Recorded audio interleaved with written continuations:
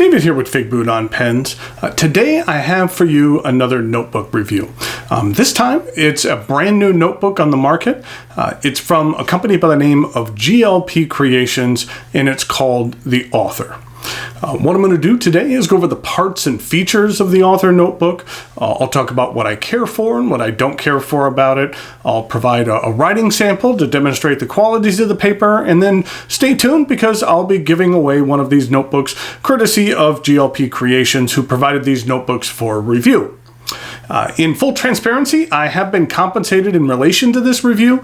The compensation was not to provide the review itself, it was only to expedite the review, basically producing it quicker than I would have otherwise. Basically, it was a fee to cut in line, but in no way did this influence the content of this review at all. GLC Creations is run by a gentleman by the name of Gavin Pitts and is based out of the UK. Gavin is a fountain pen enthusiast who was dissatisfied with a number of other notebooks out on the market. Some were too thick and bulky, and others weren't as durable and wouldn't stand up to the heavy use that he would give to them. So he decided to create a notebook that was perfect for him. So in order to take a closer look at these notebooks, let's go over here to camera 2. So here are the Author notebooks. I have two to take a look at here.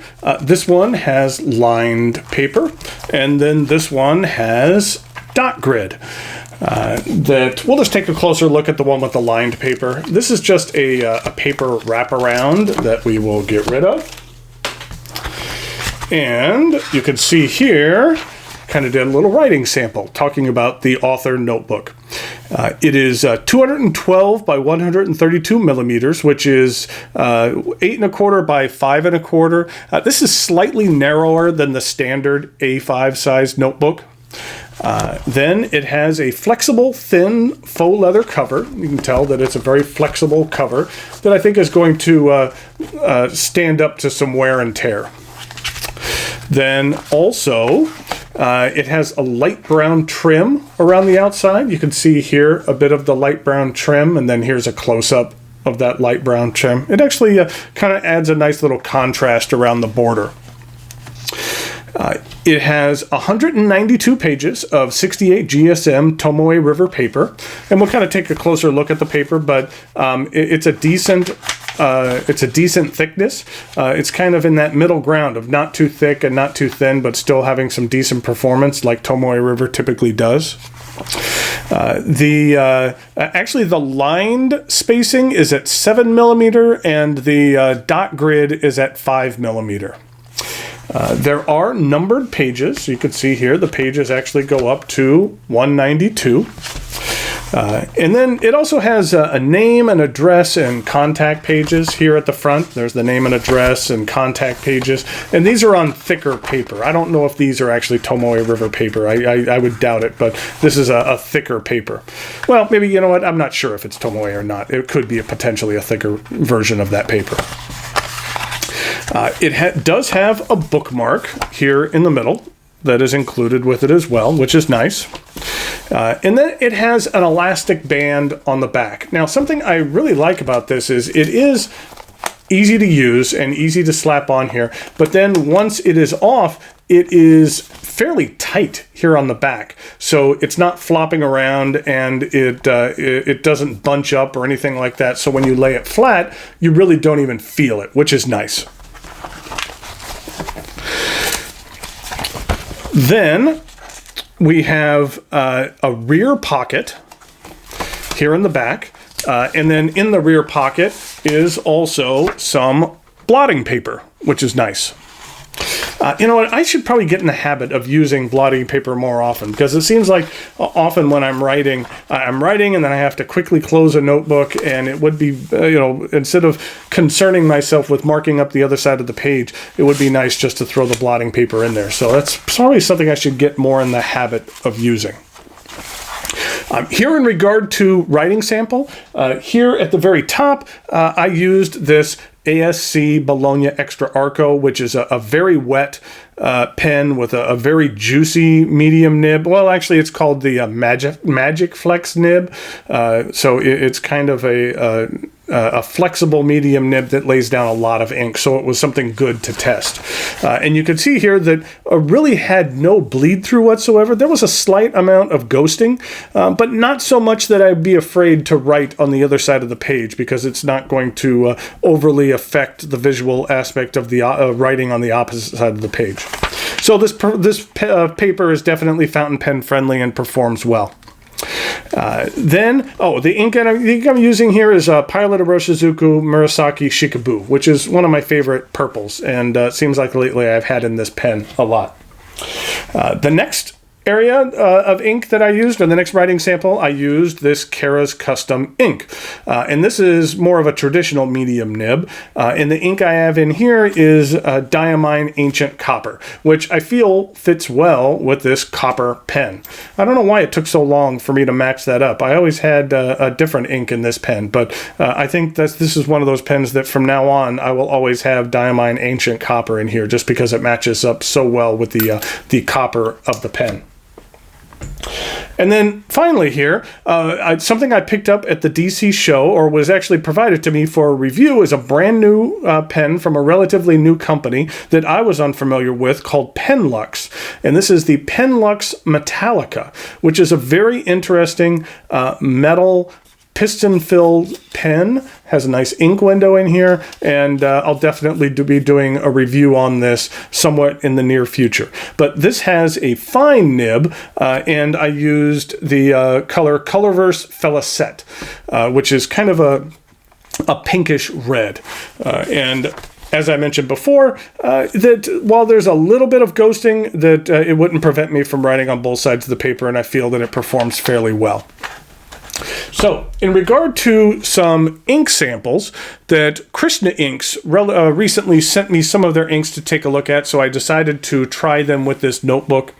They gave me four inks. There's Jungle Volcano here, which is a nice kind of greenish red, and I'm not sure how you can see it, but it does have kind of a green sheen to it when it dries. And then we have Pencil, which is kind of a light gray. Then we have Fulci. I'm not sure if I'm pronouncing that correctly, but that's kind of more of like a Kelly green. And then Ochre, which is kind of more of an olive green. If you're not familiar with Krishna Inks, they're out of India. They come in these small bottles like this. That I was actually speaking with the company, and down the line they're actually considering making larger bottles, because while the ink has been very nice and performs very well, sometimes it's really hard to get some of your bigger nibs in here, and you have to transfer it to another container to where you actually can use it. But these little bottles are kind of cute. And I was curious to see, because ink can act differently on different color or different types of paper. So these are swatches that I used from the Well-Appointed Desk's Color Ring, which is something that I would highly recommend, especially if you want to categorize your inks and have some good quality paper for ink testing, that this is a really good solution for that, and they're reasonably priced. But sometimes the colors can look different depending on the paper that you use. So here was Jungle Volcano on there, and it got a little bit more sheen, but it looks fairly the same. Then here is the Pencil, and we can see that looks fairly similar as well. Then here is the Fulci, and again, I think that looks fairly similar. And then here's the Ochre. And on this paper, it came across a little more yellowish than greenish, because it is kind of a yellow-green. Now, potentially that is maybe my application was a little heavier. What I do is I typically get a Q-tip and I smear that on. And then for the writing, I actually use a glass dip pen, which is this pen right here. And that I have always been very careful with this pen until literally 10 minutes ago, when I was getting ready for this review, when it fell off the table and broke. So I will probably need to be getting myself a new dip pen, even though I think the tip is fine. It only broke over here.